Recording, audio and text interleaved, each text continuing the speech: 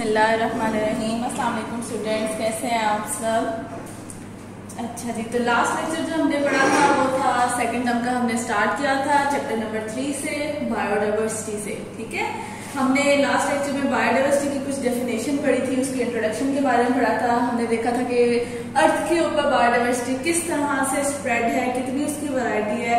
फिर हमने उसकी इम्पोर्टेंस पढ़ी थी और फिर देखा था कि अगर बायोडाइवर्सिटी हमने इसको क्लासिफाई किया है तो क्लासिफिकेशन की एम्स क्या थे, बेसिस क्या थी। ठीक है, फिर हमने थोड़ा सा टेक्सोनॉमिक हायरार्की के बारे में पढ़ा था कि यानी ग्रुप्स को हमने कैसे ऑर्डर वाइज, ग्रुप वाइज यानी इसको किस तरह से तरतीब दी है। ठीक है, यानी ऑर्डर वाइज कैसे उनको हमने रखा है। एक लैडर लाइक स्ट्रक्चर बनाया था जिसको हमने नाम दिया था टेक्सोनॉमिक हायरार्की। लैडर में हमने हर ग्रुप को अलग से टैक्सोन का नाम दिया था। किंगडम एक टैक्सोन था, फाइलम एक टैक्सोन था, फिर उसके बाद क्लास थी, ऑर्डर था, फैमिली थी, जीनस थी और फिर स्पीशी थी एट द एंड। ठीक है, फिर उसके साथ हमने इसी में इस ऑर्डर के अंदर हमने एनिमल्स में ह्यूमन बीइंग की एग्जांपल को लेके पूरा स्टडी किया था और प्लांट्स में बी की एग्जांपल को लेके स्टडी किया था। फिर हमने एट द एंड एक छोटा सा टॉपिक पढ़ा था स्पीशी के बारे में कि स्पीशी क्या है। यानी दुनिया में अर्थ के ऊपर अगर लिविंग ऑर्गेनिज्म का सबसे स्मॉलेस्ट यूनिट है तो वो स्पीशी है। नेचर में जो स्पीशी थी वो इंटरब्रीड यानी विद इन द स्पीशी करती है। ठीक है, अमंग द स्पीशी नेचुरली कोई ब्रीडिंग नहीं होती है, लेकिन आर्टिफिशियली हम ब्रीड करवा लेते हैं। ठीक है, यहाँ तक तो हमने सारा कल पढ़ लिया था, लेकिन अब बात आती है जो क्लासिफिकेशन थी, वो जो हमने उसके टेक्सोन सारे पढ़ लिए हैं, वहां तक आने तक क्या क्या पीछे हिस्ट्री गई थी, किस किस ने काम किया था, क्या क्या काम किया था, कैसे एट द एंड अब जो हमारे पास मॉडर्न क्लासिफिकेशन है वो कैसे आई, इवॉल्व होकर। ठीक है, सो आज हम लोग पढ़ेंगे हिस्ट्री ऑफ क्लासिफिकेशन सिस्टम। हम इसमें कुछ साइंटिस्ट के काम पढ़ेंगे जिसमें Aristotle, Abu Usman, Ibn Rashid, Andrea Caesalpino, John Ray, Augustus Rivinus, Tournefort, Carolus Linnaeus का थोड़ा सा काम है। हम इन सबके काम पढ़ेंगे। आपने इन सबके कामों को याद रखना है। लॉन्ग में नहीं आते हैं लेकिन एमसीक्यूज में पूछा जाता है या शॉर्ट में पूछा जाता है। ठीक है, सो आपने इनके नाम, ये जो इन्होंने काम किए हैं वो भी सब याद रखने हैं, प्लस अगर इनकी डेट्स हैं जिन जिन की भी हैं वो भी आपने याद रखनी है।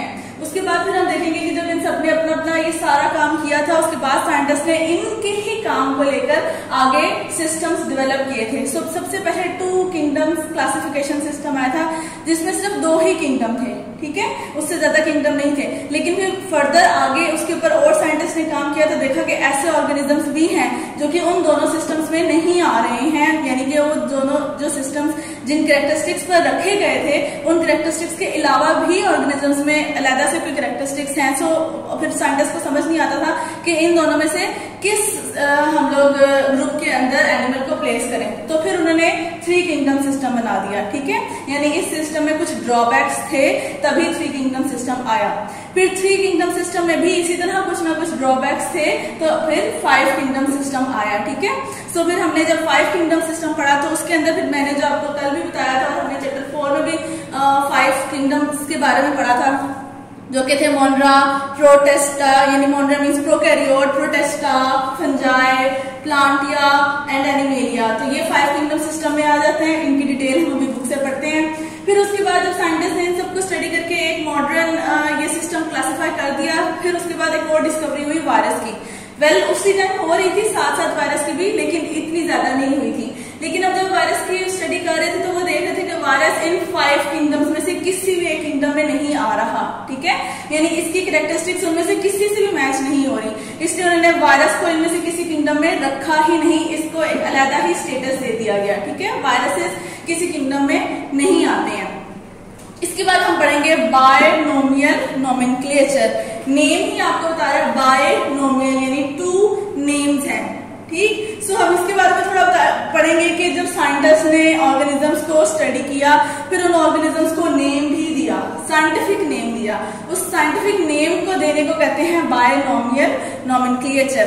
ये अब हम पढ़ेंगे आगे, इसकी पूरी डेफिनेशन पढ़ेंगे कि इसकी डेफिनेशन में क्या है। वो तो मैंने अभी आपको वैसे बता ही दिया, बाय मीन्स 2 एंड नोमियल नेम्स यानी 2 नेम्स दिए जाते हैं। रूल्स पढ़ेंगे कि किस बेसिस के ऊपर वो नेम्स दिए जा रहे हैं। ठीक है, फिर सिग्निफिकेंस पढ़ेंगे कि अगर नेम दिया है तो ऐसे क्या वजह हुई थी कि हमें नेम देना पड़ा था। हम लोग जो एक नॉर्मल वर्ड है, जैसे हम फ्रॉग को फ्रॉग ही क्यों नहीं बोलते हैं, राना टिग्रीना क्यों बोलते हैं, ठीक है, फिर वो सिग्निफिकेंस पढ़ेंगे और एट द एंड हम इसकी एग्जांपल्स पढ़ेंगे कि एग्जांपल्स में आपकी बुक में क्या क्या एग्जांपल दिए हैं। Now come to your book, page number 36। So students, this is your page number 36, History of Classification System. The earliest known system of classification of organisms comes from the Greek philosopher Aristotle. Aristotle कौन सा philosopher था? Greek philosopher था, underline कर लें, MCQs में आता है। He classified all living organisms known at the time as earlier in the group Plantia और Animalia.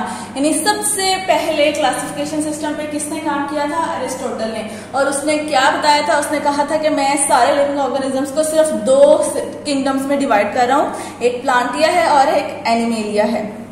In 700, Abu Usman Umar al-Jahiz described the characteristics of 350 species of animals in his book. Then 700 years में फिर आगे काम किया था अबू उस्मान ने, और उसने किस पे काम किया था? 350 स्पीशीज पे काम किया था, और वो 350 स्पीशीज किसकी थी? एनिमल्स की थी, ठीक है। He wrote a lot about the life of ants, और एनिमल्स में से उसने स्पेसिफिकली किस एनिमल को चूज किया? एंट को चूज किया, और एंट के बारे में बहुत ज्यादा उसने लिखा था। इसको भी अंडरलाइन कर लें कि अबू उस्मान ने किसके बारे में सबसे ज्यादा काम किया था, तो वो एंट्स पर था।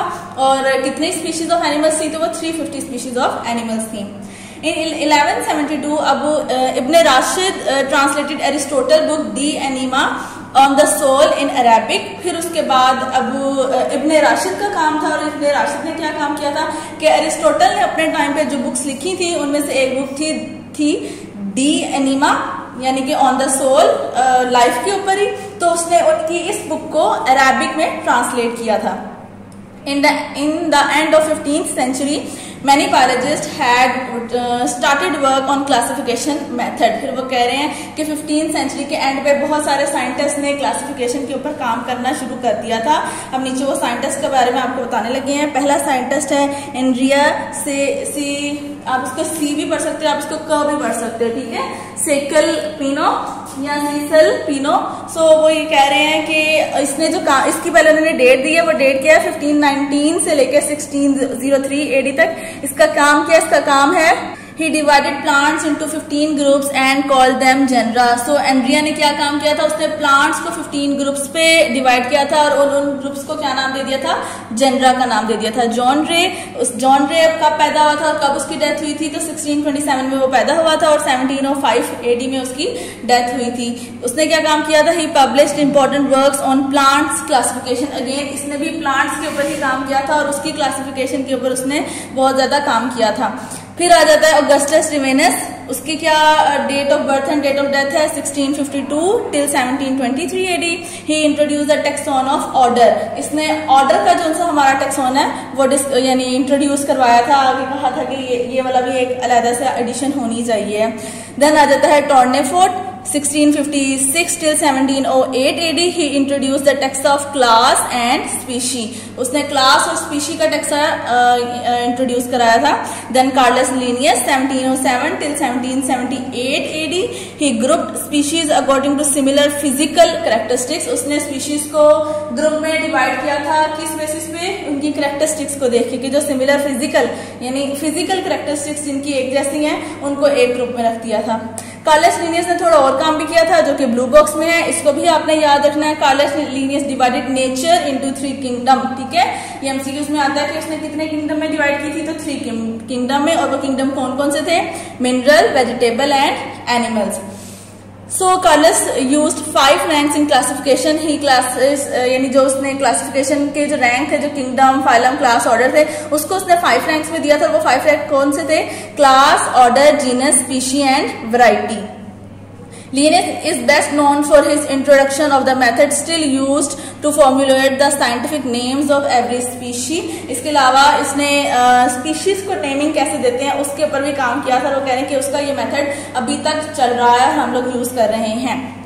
Then biologists prefer such a system that can provide maximum information about the basic difference and similarities among different organisms. According to earlier classification system, organisms were classified into 2 kingdoms, but now taxonomists agree on 5 kingdom system of classification. We will see the basis of these classification system and the drawbacks in the 2 kingdom and 3 kingdom classification system. इस paragraph में ऐसा कुछ भी नहीं, हम यही बता रहे हैं कि पहले साइंटिस्ट ने 2 किंगडम बनाए थे, उसके बाद उनमें कुछ ड्रॉबैक्स निकले, तो 2 किंगडम के बाद 3 किंगडम आया और 3 किंगडम के बाद 5 किंगडम सिस्टम आया। सो अब नीचे आ जाए मैं अपने मेन टॉपिक पे, 2 किंगडम क्लासिफिकेशन सिस्टम।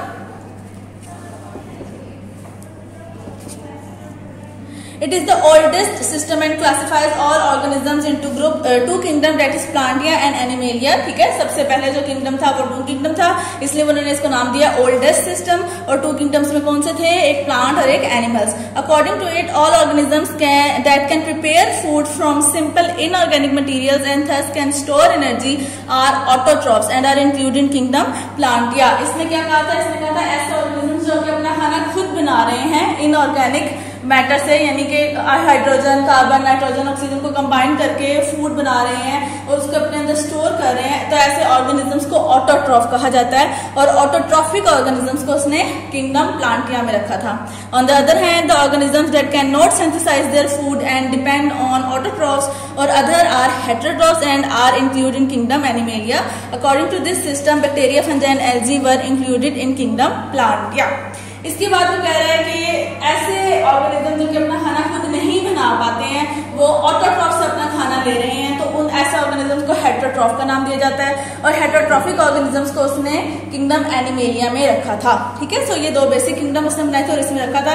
फिर वो कह रहे हैं कि बैक्टीरिया, फंजाई और एल्गी, क्योंकि उस टाइम पे इनके ऊपर इतनी ज्यादा स्टडी नहीं हुई थी, इसलिए उसने इन तीनों को भी प्लांट के अंदर ही डाल दिया था कि जो बैक्टीरिया वो भी एक प्लांट है, जो फंजाई वो भी एक प्लांट है, जो एल्गी है वो भी एक प्लांट है। ठीक है, ये तो जब आगे 5 किंगडम आया तब इसकी डिस्ट्रीब्यूशन हुई थी। Now some taxonomic found this system unworkable. ठीक है, ये इसके आ जाते हैं ड्रॉबैक्स। इस पैराग्राफ के ऊपर आप ड्रॉबैक्स भी लिख लो। कुछ जो टैक्सोनॉमिस्ट थे यानी जो साइंटिस्ट थे, उन्होंने इस सिस्टम को इतना ज्यादा काम करता हुआ नहीं देखा। क्यों? Because many unicellular organisms like Euglena have both plant-like presence of chlorophyll and animal-like heterotrophic mode of nutrition in darkness and lack of cell wall characters। क्योंकि फिर उन्होंने देखा कि ऐसे बहुत सारे ऑर्गेनिजम्स हैं जिनमें कुछ कैरेक्टरिस्टिक्स प्लांट के भी हैं और कुछ कैरेक्टरिस्टिक्स एनिमल्स की भी हैं। अगर वो बात करते हैं तो उन्होंने एक एग्जांपल आपको यूग्लिना की दिया कि यूग्लिना एक ऐसा ऑर्गेनिज्म था जिसमें प्लांट्स में क्लोरोफिल होता है, एनिमल्स में क्लोरोफिल नहीं होता। ये आप पीछे प्लांट सेल्स और एनिमल सेल में पढ़ चुके हो डिटेल से। ठीक है, सो जिसमें क्लोरोफिल होता है वो प्लांट लाइक होते हैं। सो वो कह रहे हैं कि यूग्लिना में क्लोरोफिल था, यानी कि प्लांट लाइक कैरेक्टरिस्टिक भी थी। इसके साथ साथ उसके पास सेल वॉल नहीं थी, ठीक है, जो कि एनिमल लाइक कैरेक्टरिस्टिक थी। इसके अलावा वो कह रहे हैं कि ये हेटेरोट्रॉफ भी था, प्लांट्स तो ऑटोट्रॉफ हैं। ठीक है, सो इसके पास एनिमल लाइक कैरेक्टरिस्टिक्स भी है और प्लांट लाइक कैरेक्टरिस्टिक्स भी है। सो ऐसे ऑर्गेनिजम्स को फिर कहाँ प्लेस किया जाए?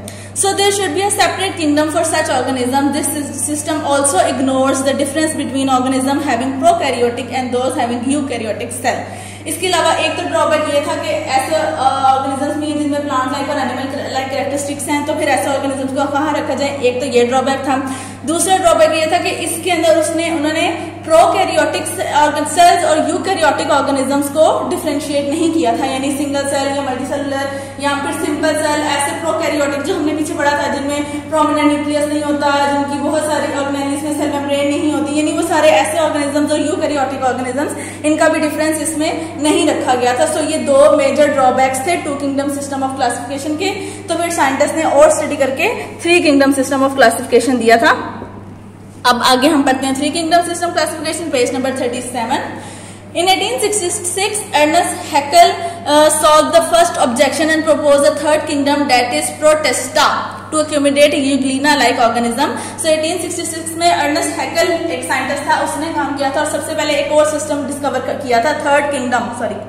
सो किंगडम ऐसा था जिसके अंदर प्लांट लाइक और एनिमल लाइक ऑर्गेनिजम्स जितने भी आते हैं उसने उस किंगडम में वो सारे डाल दिए। ठीक है, और इस किंगडम को क्या नाम दे दिया? प्रोटेस्टा। यानी अब 3 किंगडम्स हो गए, Animalia, Plantae and Protista. So he also include bacteria in kingdom Protista. In this system fungi were still included in the kingdom Plantia.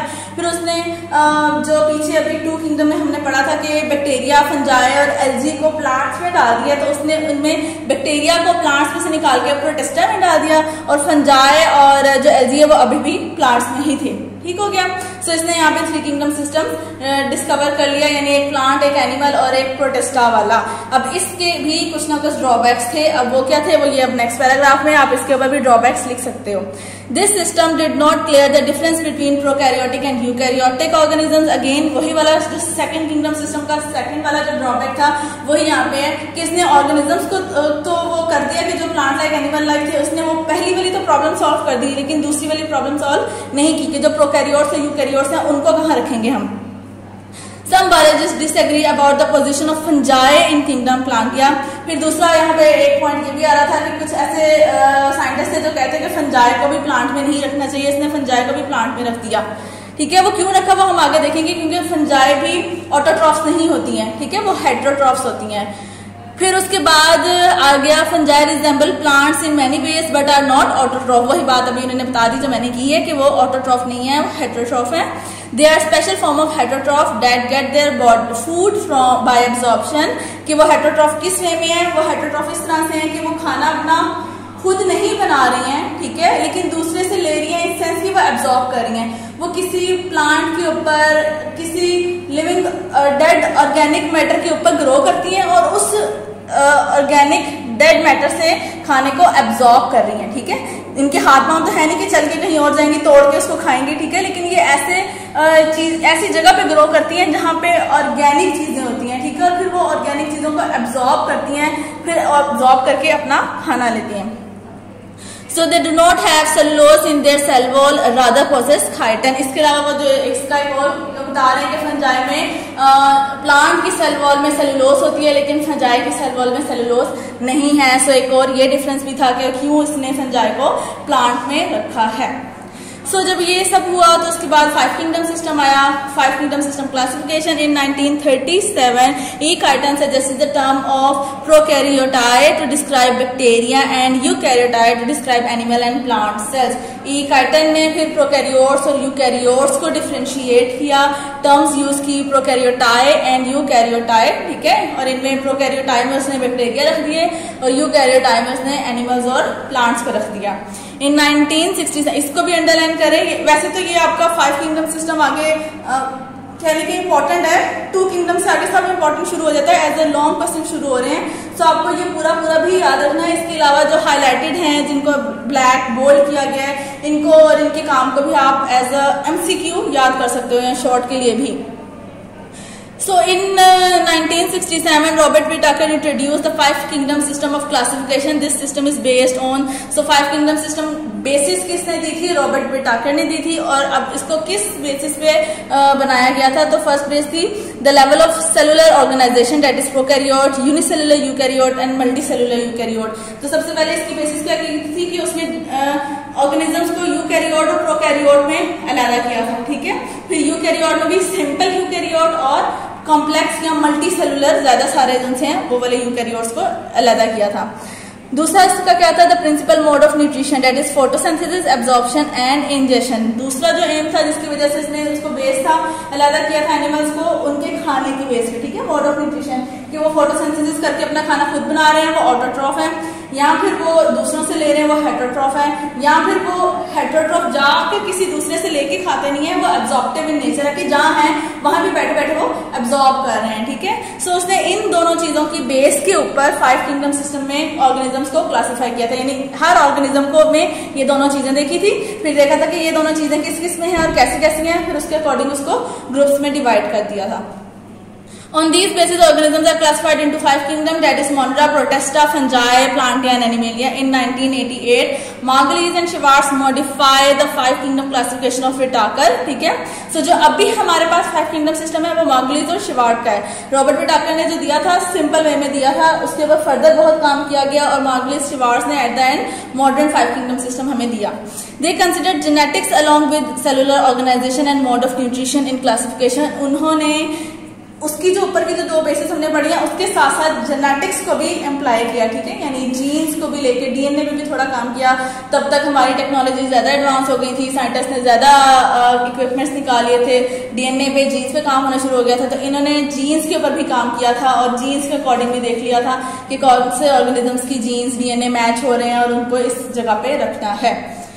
So they classify the organisms into the same 5 kingdom as proposed by Whitaker. So the 5 kingdom system, ये एक long full fledge question आता है, आपने इसको अच्छे से याद करना है। The general characteristics of the 5 kingdoms are as follow. Kingdom मोनरा, it includes prokaryotic organism. सबसे पहले किंगडम मोनरा की बात आ जाती है, तो जो पहली बेसिस थी कि प्रोकैरियोट है, सिंपल यानी यूनिसेलुलर यूकैरियोट है या मल्टीसेलुलर यूकैरियोट है। सो इसमें कौन सा आ रहा है? प्रोकैरियोटिक ऑर्गेनिजम्स आ रहे हैं, जिसमें क्या है, that is they are made of prokaryotic cells. वो प्रोकैरियोटिक सेल से बने हुए हैं। मोनरा आर यूनिसेलुलर, यानी एक सेल होते हैं, सिंगल सेल होते हैं।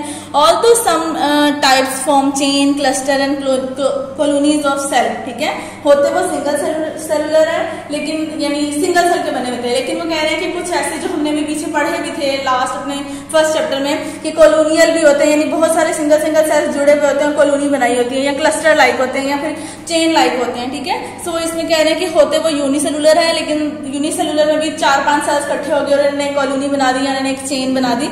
सो वो क्लस्टर फॉर्म में, चेन फॉर्म में या कॉलोनी फॉर्म में ही होते हैं, होते प्रोकैरियोटिक ही हैं, ठीक है। Prokaryotic cells are readily different from eukaryotic cells, यानी वो यूकैरियोटिक सेल्स से डिफरेंट होते हैं। डिफरेंट कैसे होते हैं वो आप लास्ट चैप्टर में पढ़ चुके हो। Most are heterotroph but some perform photosynthesis because they have chlorophyll in their cytoplasm. अब वो कह रहे हैं कि ज्यादातर हेटेरोट्रॉफ होते हैं, यानी कि वो अपना खाना दूसरों से लेते हैं, लेकिन कुछ ऐसे होते हैं जिनमें क्लोरोफिल भी था, जो हमने एग्जाम्पल पढ़ी थी वॉलवॉक्स की, ठीक है। पैरामीशियम, यूग्लिना, इनमें भी था, ये भी हेटेरोट्रॉफ थे। यूग्लिना हेटेरोट्रॉफ था, सॉरी ऑटोट्रॉफ था, यानी कि उसमें प्लांट लाइफ था, क्लोरोफिल उसमें थी। लेकिन वो कह रहे हैं कि इसके अलावा ऐसे ऑर्गेनिजम्स भी होते हैं जिनमें क्लोरोफिल नहीं होता, सो वो हेटेरोट्रॉफ होते हैं, अपना खाना दूसरों से ले रहे होते हैं। Within this kingdom there are 2 different kinds of organism, that is bacteria and cyanobacteria. Cyanobacteria means वो जो कि हेटेरोट्रॉफ है, दूसरों से खाना ले रहे हैं, ठीक है। साइनोबैक्टीरिया में वो आ जाते हैं, साइनो से आप क्लोरोफिल को याद रख लो, यानी ऐसे बैक्टीरियाज या प्रोकैरियोटिक ऑर्गेनिजम्स जिनके अंदर क्लोरोफिल प्रेजेंट है और वो ऑटोट्रॉफ है, अपना खाना खुद बना रहे हैं, ठीक हो गया। देन आ जाते हैं किंगडम प्रोटेस्टा पे। किंगडम प्रोटेस्टा को आगे फर्दर उन्होंने डिवाइड किया था। It include eukaryotic unicellular and simple multicellular organism. There are 3 main types of protist. इसके बाद वो कह रहे हैं कि इसके अंदर उन्होंने यूकैरियोटिक ऑर्गेनिजम्स डाले हैं। प्रोकैरियोटिक का एक ही किंगडम था जो कि किंगडम मोनरा था, उसमें सारे प्रोकैरियोट्स डाल दिए थे। अब अगले के जितने हैं, यानी कि आपका प्रोटेस्टा आ गया, आपका प्लांट आ गया, आपका एनिमल आ गया, फंजाई आ गया, ये सब यूकैरियोट्स हैं। अब यूकैरियोट्स में भी आगे फर्दर डिवीजन है, सिंपल यूकैरियोट्स, मल्टीसेलुलर यूकैरियोट्स, ठीक है, यूनिसेलुलर यूकैरियोट्स। तो हमने इसको आगे फर्दर डिवाइड करना है। सो वो प्रोटेस्टा में कह रहे हैं कि प्रोटेस्टा में कौन से यूकैरियोट्स आए थे? यूनिसेलुलर और सिंपल मल्टीसेलुलर, कॉम्प्लेक्स में नहीं थे, ठीक है। सिंपल वाले मल्टीसेलुलर थे, यानी बहुत ज्यादा सेल्स इकट्ठे हुए थे, लेकिन सिंपल थे, उनमें कोई कॉम्प्लेक्स अंदर further digestive system, nervous system, यानी इस तरह के कॉम्प्लेक्स उनके अंदर सिस्टम्स नहीं थे। सो इसमें उन्होंने उसको आगे फर्दर 3 मेन टाइप्स में दिया था। पहला आ जाता है एलजी आर यूनिसेलुलर, कॉलोनियल और simple multicellular. Unicellular single cell होती हैं, कॉलोनियल यानी सिंगल सेल्स ही ज्वाइन किए हुए होते हैं, और सिंपल मल्टीसेलुलर है, ठीक है। मल्टीसेलुलर है यानी सारे सेल्स थोड़े से ज्वाइन तो हुए हैं, लेकिन सिंपल है, उनके अंदर कोई स्पेशली सिस्टम ऑर्गेनाइज नहीं है। Their resemble plant cells with cell wall and chlorophyll in chloroplast. इनमें यानी अब हमने पढ़ा था ना, प्रोटेस्टा ऐसा किंगडम है जिसके अंदर प्लांट लाइक एनिमल्स भी हैं और एनिमल लाइक भी हैं, ठीक है, यानी ऐसे एनिमल्स जिनमें दोनों कैरेक्टरिस्टिक्स हैं। सो एल्जी में प्लांट लाइक कैरेक्टरिस्टिक्स थी, इसके अंदर सेल वॉल भी थी और क्लोरोफिल भी था। So simple multicellular means that they do not have multicellular sex organs and they do not form embryos during their life cycle। उन्होंने यहाँ पे आपको थोड़ी सी और बता दिया कि सिंपल मल्टीसेलुलर का क्या मतलब है कि उनमें कॉम्प्लेक्स चीजें नहीं है, यानी उनके अंदर ऐसे सेक्स ऑर्गन्स नहीं है जो कि फर्दर आगे डेवलपमेंट करके आगे ऑफस्प्रिंग प्रोड्यूस कर सकें, ठीक है। यानी ये ऐसे ऑर्गेनिजम्स होते हैं जो खुद में ही डिवीजन कुछ करते हैं और वो 2 में कन्वर्ट हो जाते हैं। देन आ जाता है सेकंड इसकी type protozoa. Protozoa resemble animal like, they lack cell wall, chlorophyll and cell wall. यानी अब प्रोटोजोआ ऐसे ऑर्गेनिजम्स हैं जो कि एनिमल लाइक हैं, ठीक है। और एनिमल लाइक है तो मीन्स इनमें ना तो क्लोरोफिल है ना ही सेल वॉल है, ठीक हो गया। उसके बाद आ जाता है फंजाई। फंजाई में है सम प्रोटेस्ट आर फंजाई लाइक, ठीक है, यानी कि ऐसे हैं जो कि ऑटोट्रॉफिक और हेटेरोट्रॉफिक से वो कह रहे हैं कि फंजाई एब्जॉर्प्टिव है, ठीक हो गया। सो प्रोटेस्टा में आप कह लो कि उन्होंने तीनों तरीके के बता दिए, यानी वो पीछे एल्जी बताई थी जो कि animal plant like characteristic show कर रही थी, प्रोटोजोआ बता दिए जो कि एनिमल लाइक कैरेक्टरिस्टिक शो करा दिए हैं, और फंजाई भी फंजाई लाइक बता दिए, ठीक है। फंजाई नहीं है लेकिन फंजाई लाइक है, यानी कि उनमें ऐसा है कि एब्जॉर्प्टिव है लेकिन समहाउ किसी तरह से उसमें जिस तरह उसमें फंजाई में कैरेक्टरिस्टिक्स प्रेजेंट होती हैं एनिमल प्लांट्स वाली, क्लोरोफिल वाली आ जाती है उसमें, या सेल वॉल आ जाती है, तो सेल वॉल प्रेजेंट है, लेकिन हाँ वो सेल वॉल सेलुलोज की नहीं बनी होगी, काइटिन की बनी होगी, ठीक हो गया। सो नेक्स्ट आ जाता है kingdom fungi. It includes eukaryotic multicellular heterotrophs but are absorptive in their nutritional mode. So यहाँ पे यूकैरियोटिक आ रहे हैं और मल्टीसेलुलर आ रहे हैं, प्लस हेटेरोट्रॉफ्स हैं, खाना बाहर से एब्जॉर्प्टिव उनका यानी बाहर से ले रहे हैं, for example mushroom. Most fungi are decomposers, यानी वो डिकम्पोज करती हैं, ऑर्गेनिक मैटर को तोड़ती हैं, तोड़ने के बाद उसको जब उसका सिंगल यूनिट में टूट जाता है फिर उसको एब्जॉर्ब कर लेती हैं। They live on organic material, secret digestive enzymes and absorb small organic molecules from by the digestion of enzymes. जो मैंने अभी बताया कि ऑर्गेनिक मैटर में रहती हैं तो उसको ऑर्गेनिक मैटर को तोड़ती हैं। कैसे तोड़ती हैं? इनके अंदर स्पेशल एंजाइम्स होते हैं, डाइजेस्टिव एंजाइम्स होते हैं जो कि उस ऑर्गेनिक मैटर को तोड़ते हैं। Then plant like it includes eukaryotic multicellular autotroph, eukaryotes हैं, मल्टीसेलुलर हैं और फिर ऑटोट्रॉफ अपना खाना खुद बना रहे हैं। Plants are autotrophic in nutrition mode making their own food by photosynthesis, और खाना अपना कैसे बना रहे हैं? फोटोसिंथेसिस से। They have multicellular sex organs and form embryo during their life cycle. इनके पास सेक्स ऑर्गन्स हैं, ये एम्ब्रियो बनाते हैं। 10th क्लास में आप पूरा डिटेल पढ़ोगे फ्लावर का स्ट्रक्चर, जो वैसे तो आप ऊपर भी पढ़ के आए हो 7-8 में भी, ठीक है, कि उनमें ऐसे सेक्स ऑर्गन्स हैं जो कि गार्निशियम है, एंड्रोशियम है, उनमें कॉम्बिनेशन होती है, एम्ब्रियो वगैरह बनते हैं। Mosses, ferns and flowering plants are included in this kingdom. Then आ जाता है किंगडम एनिमेलिया।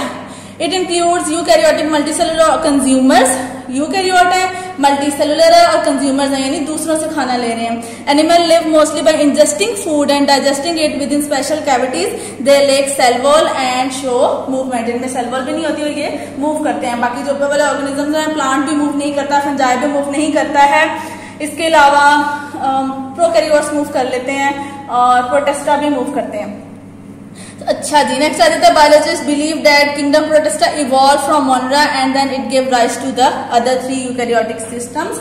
किंगडम्स यानी कि वो बायोलॉजिस्ट ये सोचते हैं कि सारी ऑर्गेनिजम्स जो बने हैं ना आज, वो सारे प्रोकैरियोट्स यानी मोनरा से बने हैं। मोनरा में चेंजेस आई थी तो प्रोटेस्टा बनी थी, फिर प्रोटेस्टा की जो आगे 3 मेन टाइप्स निकली थी, उन तीनों में आगे डिफरेंट कैरेक्टरिस्टिक्स डेवलप हुई और अगले तीनों किंगडम यानी जो एल्जी थी, एल्जी से प्लांट्स बन गए, जो फंजाई लाइक थे उससे किंगडम फंजाई बन गया और जो प्रोटोजोआस थे एनिमल लाइक थे उससे एनिमल्स बन गए। साइंटिस्ट ये सोचते हैं और उनकी हिस्ट्री यही है। ऊपर की आपका जो टेबल है ये जो भी हमने पीछे 5 किंगडम सिस्टम को पूरा पढ़ा है उन्होंने टेबुलर फॉर्म में आपको दे दिया है। आप यहाँ से इजीली याद करना चाहो तो इधर से कर सकते हो, अगर पीछे से याद करना तो आप पीछे से कर सकते हो। आ जाता है status of viruses. Viruses are at the border line of living and non living. They due to their crystalline nature they are considered as non living.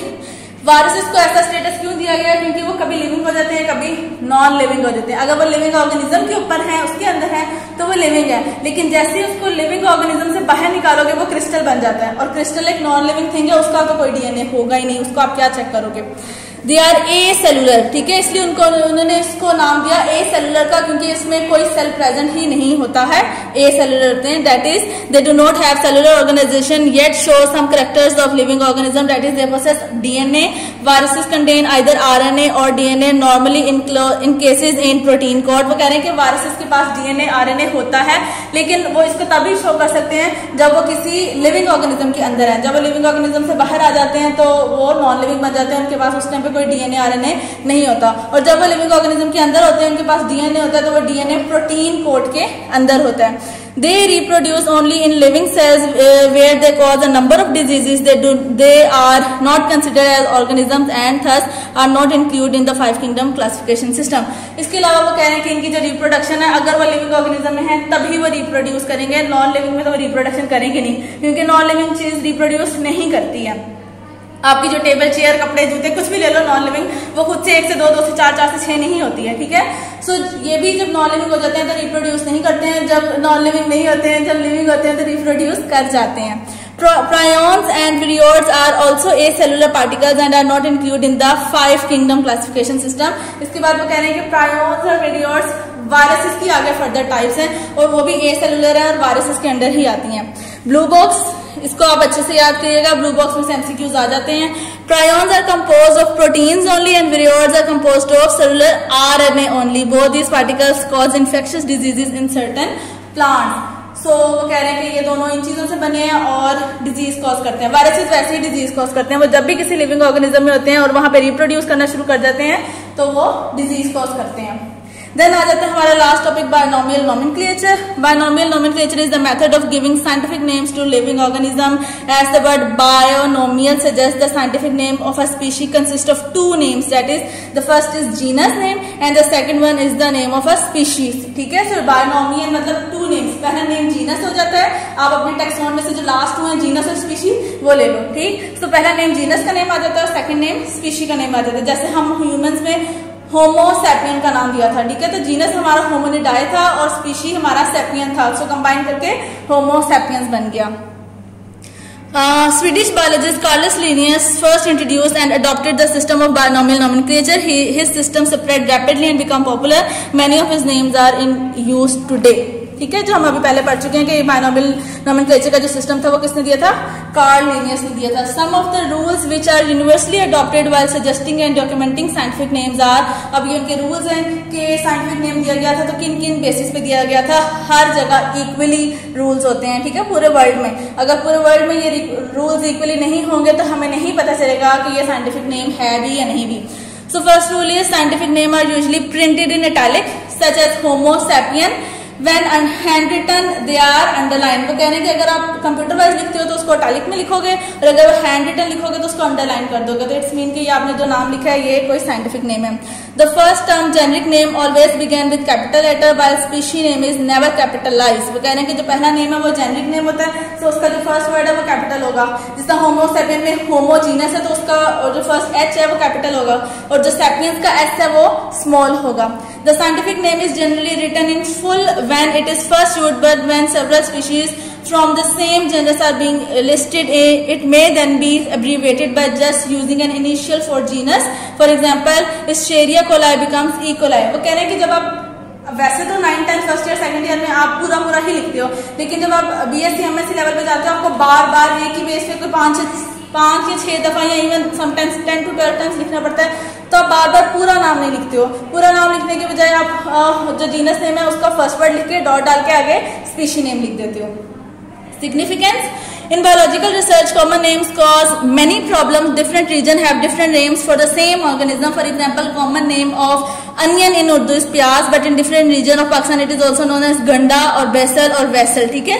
सो वो कह रहे हैं कि साइंटिफिक नेम क्यों दिए गए थे, प्रॉब्लम क्या थी और उसका फिर आगे सिग्निफिकेंस क्या आया, वो ये आया कि बहुत सारे रीजन्स में एक ही ऑर्गेनिज्म को डिफरेंट नेम्स से पुकारा जाता है, ठीक है। यानी पाकिस्तान में कुछ और नेम लेंगे, इंडिया में कुछ और लेंगे, अमेरिका में कुछ और लेंगे। सो जब इस तरह से लेंगे तो किसी को पता ही नहीं चलेगा। चाइनीज कुछ और नेम बोल रहे होंगे क्रो का या अनियन का, तो हमें क्या पता चलेगा। हम गंडा बोलेंगे चाइनीज को या अमेरिकन को तो उनको नहीं पता चलेगा, ठीक है। पाकिस्तान में ही एक ऑर्गेनिज्म के कितने सारे नेम्स है, यानी हर आप प्रोविंस में चले जाओ हर कोई डिफरेंट नेम बोलता है, तो फिर आप सोचो कि वर्ल्ड वाइड कितने ही नेम एक ऑर्गेनिज्म के बनेंगे। सो किसको क्या पता कि उस कंट्री ने इस ऑर्गेनिज्म का ये नेम रखा हुआ है, ठीक हो गया। So in other countries it has other sets of name. In science it is known with a single name as Ilium cepa. So onion का scientific name है Ilium cepa। अब चाहे आप चाइना चले जाओ, अमेरिका चले जाओ, ऑस्ट्रेलिया चले जाओ, स्विट्जरलैंड, कहीं पे भी दुनिया के किसी भी रीजन में चले जाओ, जब आप Ilium cepa बोलोगे एक साइंटिस्ट बंदे को, यानी एक ऐसा बंदा जिसने साइंस पढ़ी है तो वो समझ जाएगा कि एलियम सीपा आप अनियन मांग रहे हो, ठीक है। ऐसा नहीं सब्जी वाले के पास जाके आप कहोगे मुझे एलियन सीपा दे दो तो वो कहेगा कि अच्छा जी अनियन को मांग रहे हैं तो ये दे दो, ऐसा नहीं है। चाइना में भी जाओगे तो अगर वहां पे किसी दुकान के में जाके खड़े होकर कहोगे तो वो आपको कभी भी नहीं देगा, समझ में आई। ये साइंटिस्ट के लिए है। अच्छा जी, in some cases different organisms are called by the same common name. For example the name black bird is used for crow as well as for raven. इसके अलावा पहला तो पॉइंट ये था, तो दूसरा पॉइंट ये था कि एक ही नेम के 2 से 3 एनिमल्स भी हो सकते हैं।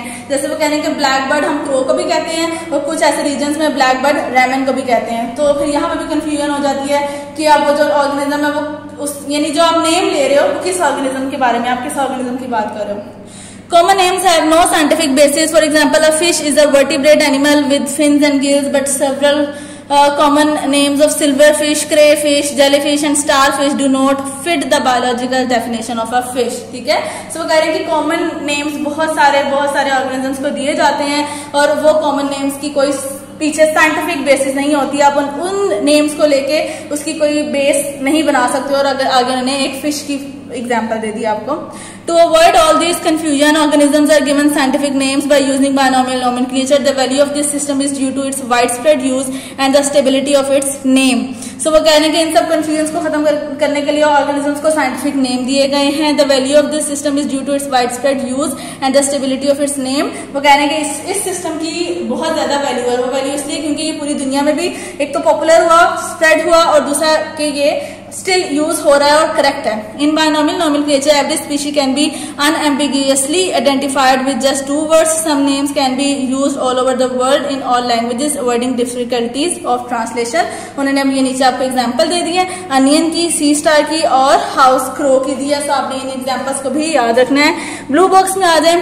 Sometimes organisms are named in honor of the research worker who describe and classify them. वो कह रहे हैं कि कभी ऐसे भी होता है कि अगर एक ऑर्गेनिज्म पहले से डिस्कवर नहीं था और वो किसी साइंटिस्ट ने डिस्कवर किया है तो उसका नेम उस साइंटिस्ट के नेम से भी डिस्कवर किया जाता है. जैसे कि the orchid tree mountain ebony was name as Bauhinia variegata after the Swiss botanist Bauhinia variegata is an ornamental tree found in South East Asia. ठीक है, यानी एक ट्री था जिसको एक साइंटिस्ट ने, स्वीडिश साइंटिस्ट था बोहेनिया, उसने डिस्कवर किया था. सो उस ट्री का नेम उसी साइंटिस्ट के नेम के अकॉर्डिंग रखा गया. तो आज का आपका लेक्चर जो कि लेक्चर नंबर 2 था वो यहाँ तक का ही था. आपने अच्छे से याद करना है. आपका ये जो आज का सारा था ये एज ए लॉन्ग है. ठीक है, बायनॉमियल नोमेनक्लेचर भी लॉन्ग है, 5 kingdom system, 2 kingdom system, status of RSS, ये सब लॉन्ग है. यहाँ से आगे सारा आपका लॉन्ग है. इससे ऊपर जो ये सब है ये सारा आपका एमसीक्यूज या फिर शॉर्ट क्वेश्चन आंसर्स के लिए है. सो आपने बार बार मैं कहती हूँ लॉन्ग क्वेश्चंस को याद करना है और लिखना है. ठीक है, आप जब वापस आओगे तो मैं आपका ये सारा लॉन्ग वाला चेक करूंगी, मुझे लिखा हुआ चाहिए है. मैंने उसी बेसिस पे आगे फिर आपके जो है ना पेपर्स उनमें मैंने मार्क्स लगाने हैं. ठीक है, सो अच्छे से याद किया करें. ओके जी, अल्लाह हाफिज.